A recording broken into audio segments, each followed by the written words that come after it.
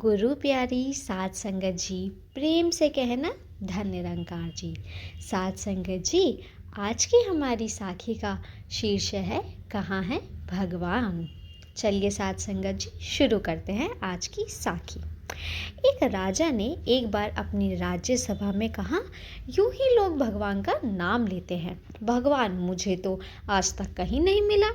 उसने अपने दरबारियों से पूछा कि क्या भगवान है। लगभग सभी ने कहा हाँ में जवाब दिया। राजा ने फिर प्रश्न किया, क्या आप में से किसी ने भगवान को देखा है। इस प्रश्न पर सभी दरबारियों के चेहरे लटक गए। राजा ने पूछा, क्या इस दुनिया में भगवान का किया हुआ कोई कार्य हमें दिखाई दे सकता है। इस पर मंत्री ने कहा, महाराज, हमारे राज्य पुरोहित जी, जो कि बहुत ही बड़ी धर्मात्मा आदमी हैं, वो ज़रूर कुछ कर सकते हैं।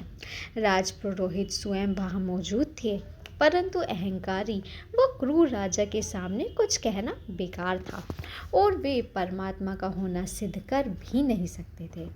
राजा ने राजपुरोहित से कहा, राजपुरोहित जी, आप भगवान को मानते हैं। राजपुरोहित नम्रता से बोले, हाँ ज़रूर मानता हूँ महाराज। क्या आपने कभी भगवान को देखा है। राजा तेजी से बोला, महाराज, मैं इतना पुण्य आत्मा कहाँ, मुझे तो कोई अपराध हो जाते हैं। हमारे तीर्थ स्थानों में बहुत बड़े तपस्वी हैं, वे परमात्मा को जानते हैं। ठीक है, किसी परमात्मा को जानने वाले तपस्वी को हमारे सामने उपस्थित करो, नहीं तो आज से 15वां दिन आपको फांसी दे दी जाएगी। राजा ने एकदम कहा। राजपुरोहित का दम ऊपर का ऊपर और नीचे का नीचे रह गया, परंतु क्या करते, विवश थे। यदि खोज न करते तो राजा की आज्ञा के उल्लंघन के अपराध में उन्हें फांसी चढ़ा देता।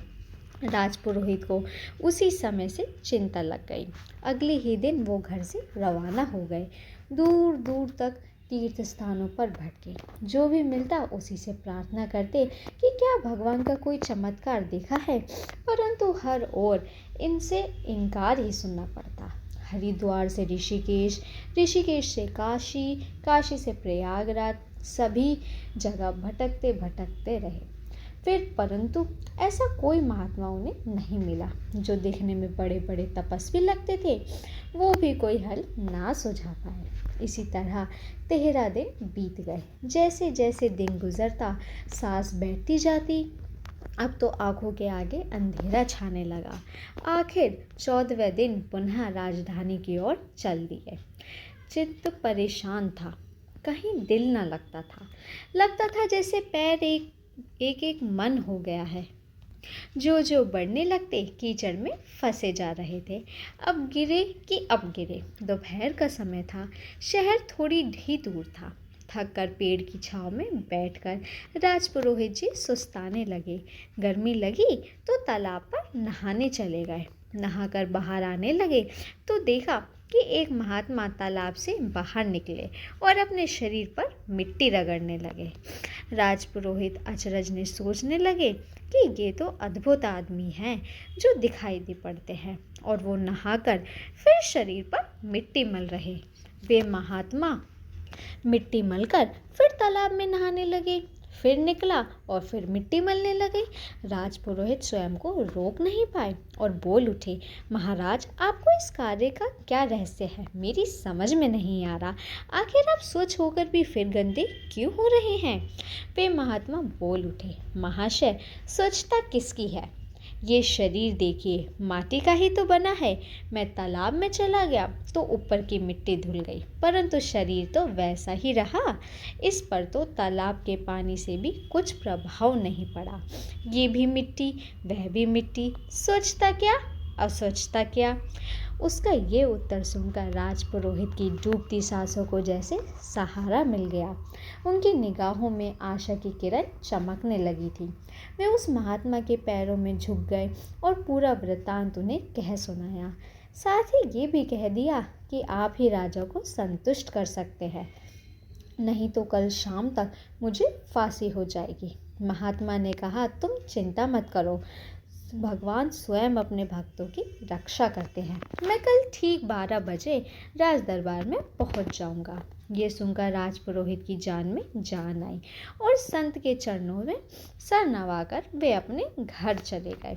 अगले दिन दरबार खचाखच भरा हुआ था। भगवान का चमत्कार सभी देखना चाहते थे। ठीक 12 बजे महात्मा ने दरबार में प्रवेश किया। राजपुरोहित ने द्वार पर ही उनका स्वागत किया। संत निम्रिक होकर जा रहे थे। उनके चेहरे पर एक अनोखा तेज था। जो भी उन्हें देखता सम्मोहित हो जाता। सभी दरबारियों ने अपने आसन से खड़े होकर उन्हें प्रणाम किया, परंतु राजा पर उनका कोई प्रभाव नहीं पड़ा दिखाई दे रहा था। सिंहासन के सामने पहुंचकर राजपुरोहित व संत रुक गए। राजपुरोहित ने हाथ जोड़कर महाराज से कहा, हे महान संत हैं, ये आपको परमात्मा का चमत्कार दिखाएंगे। राजा ने कहा, तुमने भगवान को देखा है? महाराज, इससे पहले कि आप मुझसे कोई प्रश्न पूछें, मैं आपसे ये प्रश्न पूछना चाहता हूँ कि शंका प्रकट करने वाला बड़ा होता है या शंकाओं के उत्तर देने वाला? राजा ने सहज भाव से उत्तर देने वाला कहा, फिर ये स्थान आप छोड़ दीजिए और नीचे आकर बैठिए, फिर मैं आपके प्रश्नों का उत्तर दूंगा। राजा ने सोचा, क्या फर्क पड़ता है, थोड़ी ही देर नीचे बैठा जाए। ये सोचकर राजा सिंहासन से उतर गया और संत सिंहासन पर बैठ गए। राजा सिर्फ अपने प्रश्नों के उत्तर जानना चाहता था ताकि उसकी आशंका मिट जाए। नीचे उतरकर राजा ने कहा, अब बताओ, तुमने भगवान को देखा है? संत सहज भाव से बोले, हर समय देखता हूँ, मैं तो उसी में ही रहता हूँ, अब भी देख रहा हूँ। हर कण में हरि व्यापक देखने वाले संत का उत्तर यही था। राजा बोल उठा, परंतु हमें तो नहीं दिख रहा भगवान। आपको कैसे दिखेगा? आप सभी तक अपने आप को राजा ही समझ रहे हैं, इसलिए राजदंड और मुकुट भी मुझे दे दीजिए। अपने आप को मात्र इंसान समझकर देखिए। संत बोले, अच्छा ये लो। ये कहकर राजा ने अपना राजदंड और मुकुट भी दे दिया और बोले, क्या आप भगवान का कोई चमत्कार मुझे दिखा सकते हैं? उसका स्वर दंभ से भरा था।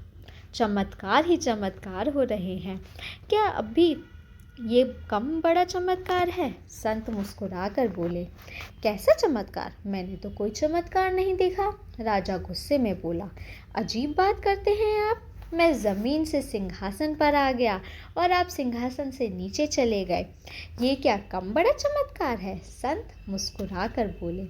ये सुनकर दरबार की कार्यवाही देखकर रही प्रजा तालियां बजाने लगी। राजा क्रोध से चिल्लाकर बोला, अरे धूर्त साधु, मैं तेरी चालाकी खूब समझता हूँ। सैनिकों, इसे गिरफ्तार कर लो, ये भागने न पाए। संत बोले, राजदंड और मुकुट जिसके पास हो वही राजा होता है। अब राजा आप नहीं, मैं हूँ।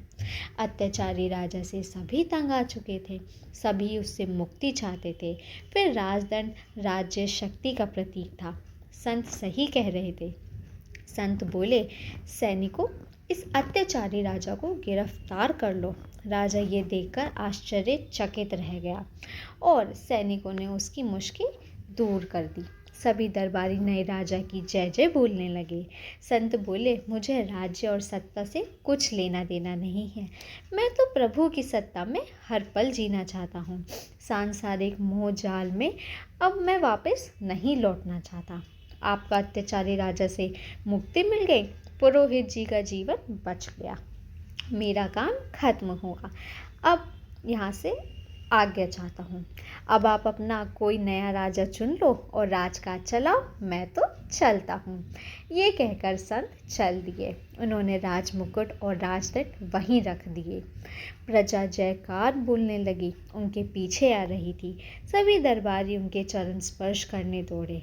संत इसी प्रकार बात बात में चमत्कार कर सकते थे। इनमें कोई क्षमता होती है प्रभु के चमत्कार देखने और दिखाने की दृष्टि से।